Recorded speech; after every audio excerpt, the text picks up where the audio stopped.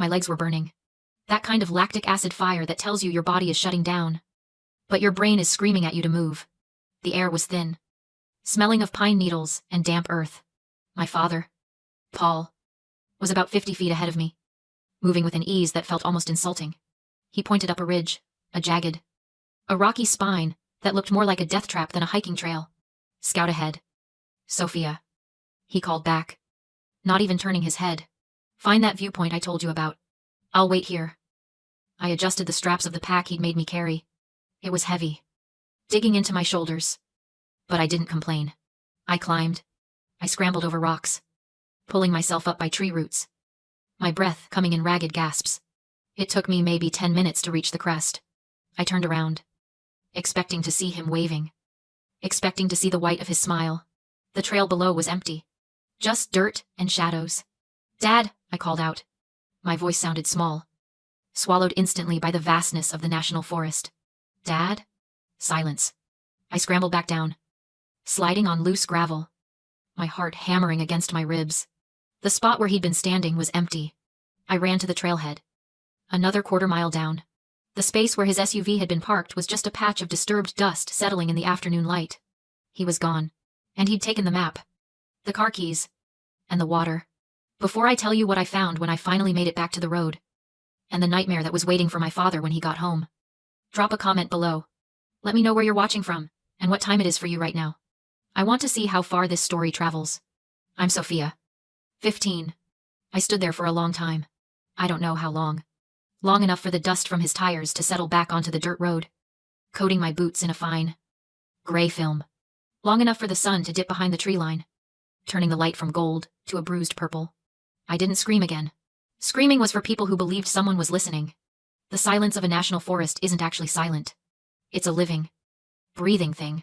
The wind hissing through the lodgepole pines, the snap of a twig somewhere in the underbrush, the chitter of a squirrel. But right then, it felt like the world had held its breath. It's strange what goes through your mind when you realize the person who gave you life has decided to risk ending it. You don't think about the big things. You think about the small, stupid details. I thought about how he'd told me to pack light because he'd carry the heavy stuff. I thought about how he'd smiled when he handed me the water bottle at the car. A smile that didn't reach his eyes. I sat down on a large rock near the trailhead sign. The wood was weathered, carved with the initials of people who had come here and left safely. People whose fathers hadn't driven away. This wasn't just abandonment. It was a calculation. The forest around me was vast, indifferent, and ancient. There's a specific kind of terror that comes from being alone in the wilderness. It's the fear of the predator. The cold. The dark. But as the shadows stretched out like fingers across the dirt, I realized something that made my blood run colder than the mountain air. The wilderness wasn't cruel. It was just there. A mountain lion doesn't hate you. It's just hungry. A storm doesn't want to hurt you. It's just weather. Nature is honest in its indifference. My father was not honest. He had planned this. He had mapped out the route, calculated the drive time, and chosen this specific, dead zone spot where the cell towers couldn't reach. He had looked at the weather forecast to ensure it would be cold enough to scare me, but maybe hopefully not cold enough to kill me. Or maybe he didn't care either way. That specific, curated malice was infinitely more terrifying than the bears or the wolves. The animals just wanted to survive. My father wanted to erase me. I pulled my backpack off my shoulders. It felt lighter than it should have. I unzipped the main compartment. A half-empty water bottle. A rain jacket. A flashlight with batteries that rattled. Sounding loose. No food. He'd kept the food in his pack. To balance the weight, he'd said. Panic tried to claw its way up my throat. Hot and acidic. I squeezed my eyes shut. Don't you dare. I told myself. Do not give him the satisfaction of your tears. I took a deep breath, inhaling the scent of pine resin and dust. I needed to think like Grandma Eleanor. What would she do? She wouldn't cry. She would assess her assets. I ran my fingers along the bottom seam of the backpack's inner lining. I felt it a hard, rectangular lump. Grandma hadn't trusted him. Not for a second. Before I left, she'd pulled me into her study, her face stern, and handed me a heavy, rubberized brick. It's a satellite phone, she'd said. Fully charged. Emergency beacon included. Sew it into the bag. Tell no one. At the time, I thought she was being paranoid. I thought she was just trying to ruin my chance to finally bond with my dad. Now, I ripped the stitching open with my house key. The phone fell into my lap. Black and rugged. I pressed the power button. The screen glowed to life. A bright green artificial eye in the gathering dusk. Searching for signal. 1 bar. 2 bars. I didn't call 911. I didn't call my mom. I dialed the only number that mattered. It rang once. Sophia, Grandma's voice was sharp. Immediate. He left me. I said. My voice didn't shake. I'm at the trailhead. He took the car. I'm tracking your signal, she said. Stay put. The extraction team is already in the air. I looked up at the sky, watching the first stars blink into existence above the tree line. I wasn't a daughter anymore. I was a survivor. And the war had just begun. The temperature dropped fast. It wasn't a gradual cooling. It was a sudden, biting chill that seemed to seep up from the ground itself. I pulled my knees to my chest, trying to conserve heat, and stared at the empty trail where my father had vanished. A normal person would ask, why did you go with him? Why did you get in the car? But the people asking those questions have never been a 15-year-old girl living in a house where affection is a currency you have to earn. And the exchange rate changes every day. I didn't follow him up that mountain because I was stupid. I didn't carry a 50-pound pack while he carried nothing because I was naive. I did it because I had been trained to believe that my value as a human being was directly tied to my utility. It started with Vanessa, my stepmother. She didn't yell. Yelling leaves echoes. She preferred the quiet, slicing comment delivered with a smile. Sophia, try not to be such dead weight today, she'd say when we were packing for a trip. We have enough baggage without you adding to it. She made it clear I was an overhead cost, a line item that provided no return on investment. And my father, he didn't defend me. He capitalized on it. I closed my eyes, and the memory of the conversation that started this whole nightmare played out against the back of my eyelids. It was 3 days ago. We were in the kitchen. The stainless steel appliances were gleaming, cold and sterile. We're going on a trip, Paul had said. Just us.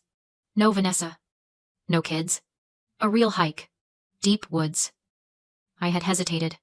I remembered the last bonding trip, where I ended up babysitting Olivia and Mason while he drank scotch by the pool. He saw the hesitation. He leaned in, his voice dropping to that conspiratorial tone that always made me feel special. Even though I knew it was a trap. This is your chance, Sophia, he said. Show me you're not weak like your mother. Show me you can pull your own weight. Carry the gear. Navigate the trail. Prove you belong in this family. Prove you belong. That was the hook. That was the trap. The trap of normalized cruelty. I believed that if I could just carry enough, suffer enough, and work hard enough, I could buy my way into his heart. I believed that love was a transaction. If I provided labor, physical, emotional, silent labor, he would provide protection. So I took the heavy pack. I didn't check it because I trusted him to pack the essentials. I didn't complain about the weight because the weight was the point. The weight was my offering. Look, Dad. Look how strong I am. Look how useful I am. Please don't throw me away. I looked at the backpack sitting in the dirt next to me. I unzipped the main pocket again. The flashlight. The rain jacket. It hit me then. A realization so sharp, it felt like a physical blow. There was no camping gear. No tent. No sleeping bags. No food for a multi-day trek. He never intended to hike. He never intended to camp with me. The heavy pack wasn't full of supplies. It was just full of weight. Old towels. Rocks, wrapped in newspaper to give it bulk. He had loaded me down like a pack mule, not because we needed the supplies, but to slow me down. To exhaust me. To make sure that when he told me to scout ahead, I would be too tired to question him. Too focused on the physical task to see the betrayal coming. He had leveraged my desperate need to be useful to lead me into my own disposal. I wasn't a daughter to him. I was an obstacle he needed to drive into the woods and leave behind so he could go enjoy his real life. The sadness I had been holding back evaporated. In its place, something hot and hard began to form. It was the death of hope. And the birth of a cold, diamond-hard rage. He wanted me to prove I wasn't weak. Fine. I checked the satellite phone again. 3 bars. The extraction team was 18 minutes out. I wasn't weak. And I was done paying for a love that didn't exist. 2 black SUVs with tinted windows rolled up the dirt road, their tires crunching over the gravel that had been my only company for the last hour. A man got out of the lead vehicle. He wore a tactical vest over a suit, looking less like a ranger and more like a Secret Service agent. Miss Sophia, he asked. I'm Mr. Vance. Your grandmother sent us. I nodded, unable to speak. My throat felt like it was coated in sandpaper. He opened the back door of the SUV. The interior smelled of leather and expensive climate control. It was warm, a stark, artificial warmth that made me shiver violently as the adrenaline finally crashed. I climbed in. As we descended the mountain, the bars on my phone flickered back to life. LTE. 5 grams. The digital world came rushing back. Indifferent to the fact that I had almost just become a statistic. My thumb hovered over the Instagram icon. I knew I shouldn't look. I knew it would hurt. But I needed to know. I needed to see the architecture of my own disposal. I opened the app. Paul's story was the first bubble at the top of the feed. I tapped it. Photo 1. A panoramic shot of a sunset over a valley. But not from a trail. From a deck. A teak deck, with a fire pit. Tagged location, the Summit Luxury Glamping Resort. Photo 2. Vanessa holding a flute of champagne. Laughing. Her head thrown back. She was wearing a cashmere wrap. Looking cozy and rich. Photo 3. Olivia and Mason roasting marshmallows over a gas fire pit. They looked clean. Happy. Photo 4. A selfie of my father. Ideally lit by the firelight. He was holding a glass of scotch. Smiling, that charming, confident smile that had fooled everyone. Including me. The caption read, "Finally some peace and quiet in nature." Resetting with the crew. Peace and quiet. He wasn't lost. He wasn't looking for me. He wasn't even hiking. While I was shivering in the dirt, wondering if I would freeze, he was 20 miles away, drinking scotch and toasting to his freedom from the baggage. He hadn't just left me, he had erased me to upgrade his vacation. I felt a coldness settle in my chest that had nothing to do with the mountain air. It was the death of the girl who just wanted her dad to like her. I exited Instagram and opened my messages. I typed 3 words. A trap. Where are you? The 3 dots appeared immediately. He was holding his phone. He was probably looking at it right now. Annoyed that his peace and quiet was interrupting him. The message came through a moment later. Stop the drama. Sophia. You wanted to be independent. Figure it out. Consider this a lesson in resilience. Find your own way back. I stared at the screen. Find your own way back. He didn't know I was in an armored SUV, paid for by the woman he hated most in the world. He thought I was still on the mountain. Or maybe walking down a dark highway. He didn't care. To him, this was a game. A power move. He was teaching the dog to stay outside so he could enjoy dinner. I took a screenshot. Then another. I saved them to the cloud. Mr. Vance. I said. My voice steady. Yes. Miss. How far is the Summit Resort from here? He glanced at the GPS. About 40 minutes. Good. I said. Take me to Grandma's first. We have some paperwork to do. I looked out the window at the passing trees. They didn't look scary anymore. They looked like witnesses. My father wanted me to learn a lesson. I learned it. I learned that he was a monster. And monsters don't get to live in castles. They get evicted. The iron gates of the Blackwood estate didn't just open. They parted like the Red Sea. Mr. Vance drove us up the winding driveway. Past manicured lawns that looked like they had been cut with nail scissors. I had been here before. For stiff holiday dinners where my father spent the entire time trying to impress Grandma Eleanor and failing. But tonight, it felt different. It felt like a fortress. When the SUV stopped, the front door was already open. Grandma Eleanor stood on the top step. She wasn't wearing a shawl or looking like a worried grandmother. She was wearing a structured blazer and holding a glass of iced tea that wasn't sweating. She looked like a general surveying a battlefield. I climbed out, conscious of the dirt on my face, the pine needles in my hair, the smell of fear sweat that still clung to me. She didn't rush to hug me. She walked down the steps, her cane tapping a steady rhythm on the stone. She stopped in front of me, reached out a hand, and lifted my chin. Her eyes were sharp, scanning me for injuries. Did he hit you? She asked. No, I croaked. He just left me. Good. Physical wounds heal too fast. This gives us leverage, Eleanor said before leading me into the library, where her team was waiting. She gestured for me to sit. Sophia. Do you know who owns the mountain cabin your father lives in? Yes, he does. He bought it 3 years ago. Eleanor gave a sharp laugh. He hasn't bought anything since 2008. The cabin belongs to the Blackwood Family Trust, a subtrust created for your protection. I stared. Mine. He was allowed to stay there only as a caretaker, she said. Housing and a stipend, in exchange for keeping you safe. An agreement he broke the moment he abandoned you in the woods. Ms. Sterling read the clause confirming his residency could be revoked immediately for any act of endangerment. Eleanor picked up her phone. He thinks he's glamping until Sunday. We have 48 hours to remove him. To evict him, I asked. To erase him. She ordered the locks changed. His belongings placed on the lawn. And his stepfamily's things left at the driveway as trespassers. When we arrived at the cabin, my cabinet team was already emptying it with icy precision. Inside. Ms. Sterling worked at a laptop until she finally called us over. On the screen was a custodial account created for my education.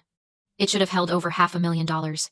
Instead, 3 days earlier, $450,000 had been wired to an offshore company controlled by Vanessa. My forged signature authorized it. The truth hit like a blow. Paul hadn't taken me into the forest out of anger. He had taken me there to eliminate the only person who could expose the theft. Eleanor's expression hardened. This isn't just eviction anymore. Get the district attorney.